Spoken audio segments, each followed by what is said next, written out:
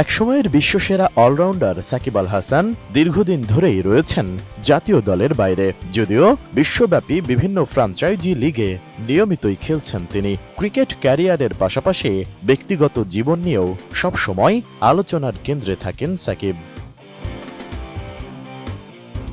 কার্যক্রম নিষিদ্ধ দল আওয়ামী লীগের আমলে হওয়া ২০২৪ সালের জাতীয় নির্বাচনের পর মাঠের ক্রিকেটের চেয়ে তার রাজনৈতিক ক্যারিয়ার নিয়ে বেশি আলোচনা হয়েছে। তবে গণ অভ্যুত্থানের পর রাজনৈতিক পট পরিবর্তনের ফলে সাকিবের ক্রিকেটীয় ক্যারিয়ারে এক ধরনের অনিশ্চয়তা তৈরি হয়েছে। এর মধ্যে দুই একবার দেশে আসার সিদ্ধান্ত নিয়েও লাস্ট মুহূর্তে তা পরিবর্তন করতে বাধ্য হয়েছেন সাকিব।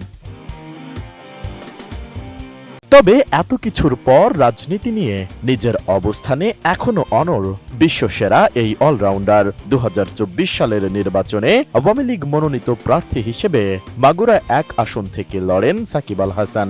সেই নির্বাচনে ১,৮৫,০০০ ভোট পেয়ে সংসদ সদস্য নির্বাচিত হন তিনি।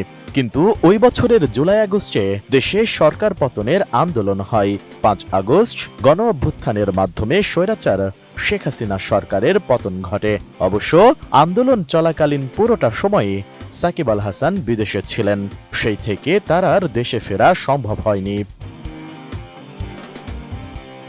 তবে ভবিষ্যৎ নিয়ে এখনো আশাবাদী সাকিব। এমনকি স্বপ্ন দেখেন দেশে ফিরে নির্বাচনে অংশ নেওয়ারও। সম্প্রতি বিডি ক্রিক টাইমকে দেওয়া এক সাক্ষাৎকারে সাংবাদিকের প্রশ্নের জবাবে সাকিব আল হাসান কথা বলেন। আগামী নির্বাচনে জন্মস্থান মাগুরা থেকেই লড়ার কথা জানান তিনি। নির্বাচন কেন করবো না, নির্বাচন তো করবোই, ওটাতে কোনো নাই, ডাউট নাই আমার। নির্বাচন করব, মাগুরা থেকেই করব ইনশাল্লাহ, এবং মাগুরার মানুষের জন্য কাজ করার সর্বোচ্চ চেষ্টা করব। লাল সবুজের জার্সিতে দীর্ঘদিন দেশের প্রতিনিধিত্ব করার পর সাকিবের এখনকার ভাবনার অনেকটাই জুড়ে আছে মাগুরার মানুষ। তিনি জানান, নির্বাচনে আসার পেছনে তার প্রধান উদ্দেশ্য হলো সাধারণ মানুষের জন্য কাজ করা। আমার দল তো এখন নাই, বাট যখন আমরা আসি ইনশাল্লাহ আসবে, এবং ভালোভাবে দেশের মানুষকে নিয়ে একসাথে কাজ করতে পারবো বলে আমি মনে করি। এদিকে রাজনীতি নিয়ে সাকিবের এই অবস্থান তার ভক্ত ও সাধারণ মানুষের মধ্যে মিশ্র প্রতিক্রিয়া সৃষ্টি করেছে। ক্রিকেট ক্যারিয়ারের অনিশ্চয়তা আর আইনি জটিলতার মাঝেই সাকিবের এই রাজনৈতিক উচ্চাকাঙ্ক্ষা নতুন বিতর্কের জন্ম দিয়েছে।